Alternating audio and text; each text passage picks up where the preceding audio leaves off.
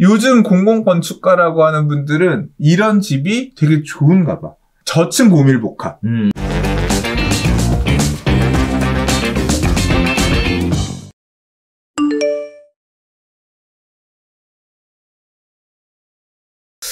자, 두 번째 이야기 가보도록 할게요. 이번에는 재개발에 관련된 얘기입니다. 역시 신속통합기획과 관련된 얘기인데요. 자, 7층 규제 묶었던 서울시 주거지 26%를 25층까지 허용하겠다는 얘기입니다. 자, 재개발 사업성을 높여서 민간의 자발적 참여를 유도하고 주택 공급 속도를 높이겠다라는 목적으로 추진하고 있는데요. 현재 7층 높이 제한이 적용되는 주거지역은 서울 전체 면적의 약 14% 정도고요. 주거지역의 26% 정도 이른다고 합니다. 자, 재밌는 사실은요. 서울에서 재개발, 재건축 등 정비 사업을 진행하다가 사업성 등을 이유로 정비구역에서 해제된 지역이 무려 388곳인데 이 중 41%가 2종 7층 제한을 포함하고 있어서 사업성이 안 나와서 해제됐다라는 얘기가 있습니다. 자, 신속통합기획을 통해 재개발을 추진 중이던 강동구 천호 3-2구역, 성동구 금호 21구역 등도 2종 7층 지역을 포함하고 있어서 이런 지역들은 이 부분이 규제가 완화가 되면 사업성을 더 높일 수 있게 되었다라는 건데요. 첫 번째, 최고 층수 완화입니다. 서울시가 저층 주거지인 2종 일반 주거 지역 건물 높이를 7층까지로 제한하는 규제를 풀어서 최고 25층까지 지을 수 있도록 했고요. 용적률입니다. 기존 190에서 200%로 높이도록 상향 조정을 했습니다. 자, 다음 임대 아파트인데요. 종변경을 통해서 늘어난 용적률의 10% 이상을 임대주택이나 공공시설로 공공기여해야 한다, 기부 체납해야 한다는 조건도 없애버렸습니다. 자, 거기에 따라서 사업성이 굉장히 좋아질 것으로 보여지고 있는데요. 사실 2종 7층 규제에 관련된 거는 역사가 좀 있어요. 2종 7층 규제는 스카라인의 급격한 변화로 인한 난개발과 도시경관 훼손을 막기 위해 2000년에 도입이 됐다가 2011년에 국토해양부가 주택시장 활성화와 도심개발을 위해서 폐지를 했고요. 그리고 박원순 시장이 난개발을 막기 위해서 다시 2종 7층 규제를 시행을 했습니다. 지금 현재 2종 7층 규제가 있는 지역은 서울이 유일하다라는 건데요. 문제는 시장의 반응은 별로 좋지 않은 것 같아요. 자, 2종 일반 지역에 적용되는 건축 규제가 기본적으로 까다로운 데다가 뉴타운 등 대규모 재개발 구역은 대부분 층수 규제가 없는 3종 주거 지역이기 때문에 실효성이 낮을 것이다. 자, 재건축 재개발이든 규모가 커야 주택 승중 효과가 증가하는데 2종 7층 규제를 25층으로 완화하는 것 자체만으로는 효과가 제한적이다. 이렇게 보고 있는 상황입니다. 자, 주택 공급에 대한 획기적인 증가는 어렵다. 즉 2종 지역은 대규모가 들어오기 어려워서 난개발이 우려된다. 그렇게 되면서 결국 소규모 재개발 활성화 정도가 되는 거 아니겠냐, 이런 식의 이야기들이 나오는데 어떻게 보셨어요? 소규모 재개발 활성화도 나쁘지는 않을 것 같은데요, 현재 상황에서는. 그러니까 뭐 할 수 있는 부분에서, 그러니까 이게 뭐 지금 기사에서도 얘기를 하고 그 설명을 해주셨지만 원래 풀려 있던 걸 박원순 시장 시절에 다시 묶었던 걸 다시 그 이전으로 돌렸다, 이런 의미 정도로 봐도 되잖아요. 그러니까 이렇게 묶여있는 상태에서는 전면 철거 방식의 사업을 하기가 쉽지 않기 때문에 이게 소규모든 소규모가 아니든 부분 그래서 사업성 개선을 위해서 큰 틀에서 서울시가 풀어줄 수 있는 부분은 풀어줘야 된다. 이거 본인이 풀겠다고 벌써 이전부터 얘기했던 거고, 그래서 그 내용에 따라서 발표했던 부분을 지금 이제 시장이 되고 나서 하나하나 바꿔가고 있는, 공약을 실천하고 있는 과정이죠. 그래서 이제 그렇게 봐야 되는 게 맞는 것 같고요. 당장 이제 요것 때문에 사업성이, 이게 그러니까 이런 거죠.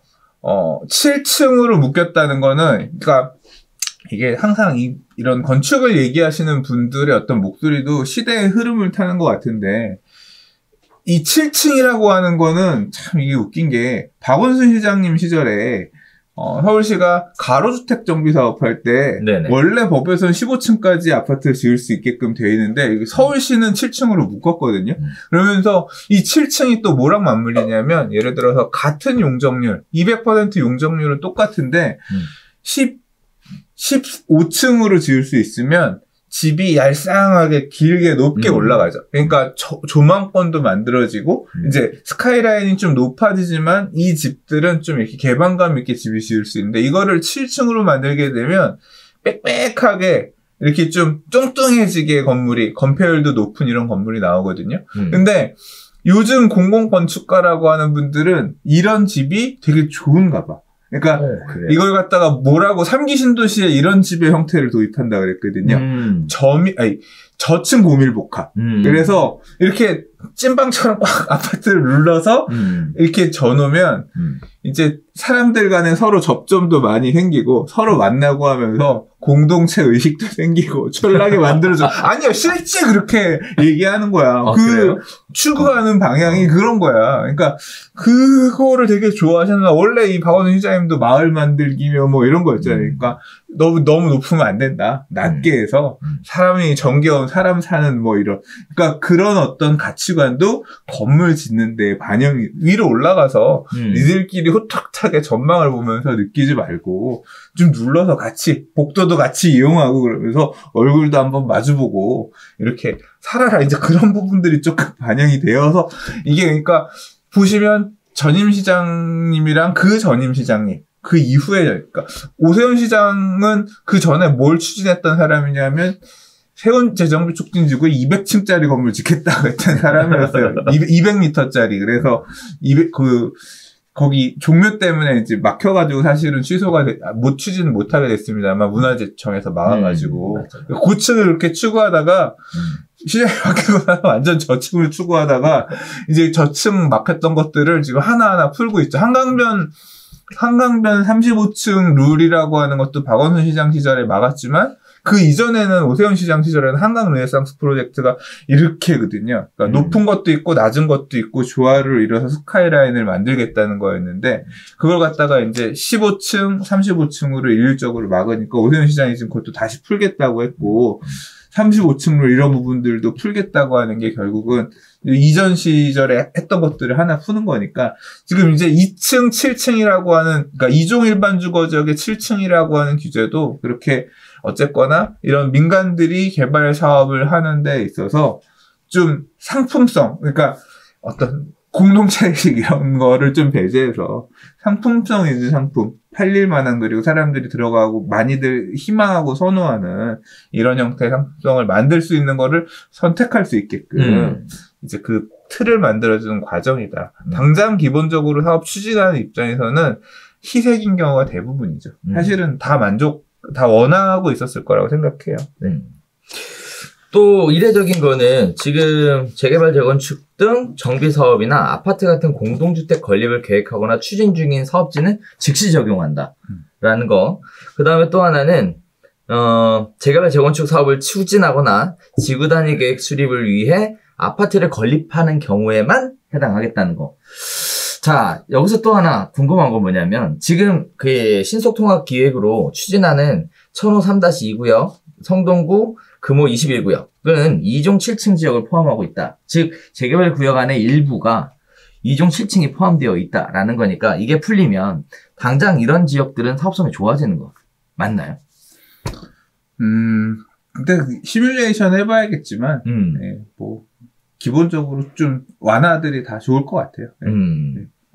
자, 그래서 재개발 구역 전체가 2종 7층이 아니라 재개발 구역 안에 일부가 2종 7층이라도 이런 부분들에 대한 완화에 대한 혜택을 받게 되면 거기에 따라서 사업성이 더 좋아져서 어차피 추진되는 재개발 사업에 있어서 더 속도를 낼 가능성은 있다. 그러니까 그런 부분은 그런 거죠. 이렇게 해보면 여기는 왜 이렇게 난쟁이야? 맞아. 라고 되어 있던 게 여기도 이제 높게 지을 수 있게 되면서 기본적으로 이제 용적률 안배를 해서 단지 규모를 훨씬 좀 유리하게 더 상품성 있게 짤 수 있는 그런 장점이 있을 것 같아요. 네. 맞아요. 네. 자, 그런 부분들이 존재할 것 같습니다.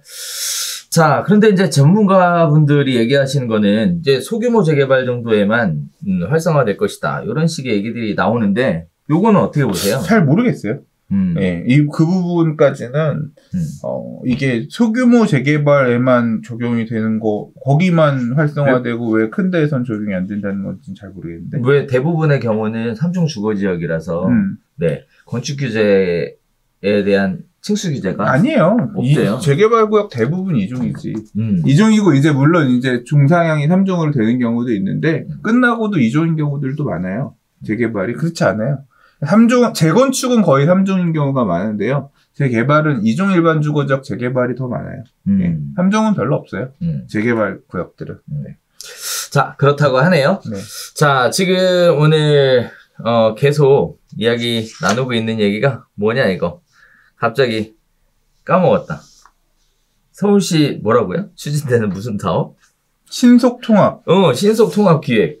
자, 이게 재개발 사업을 추진하고 있는 그 단체, 기획, 부서가 여긴 거죠? 서울시가 하는 거죠. 서울시가.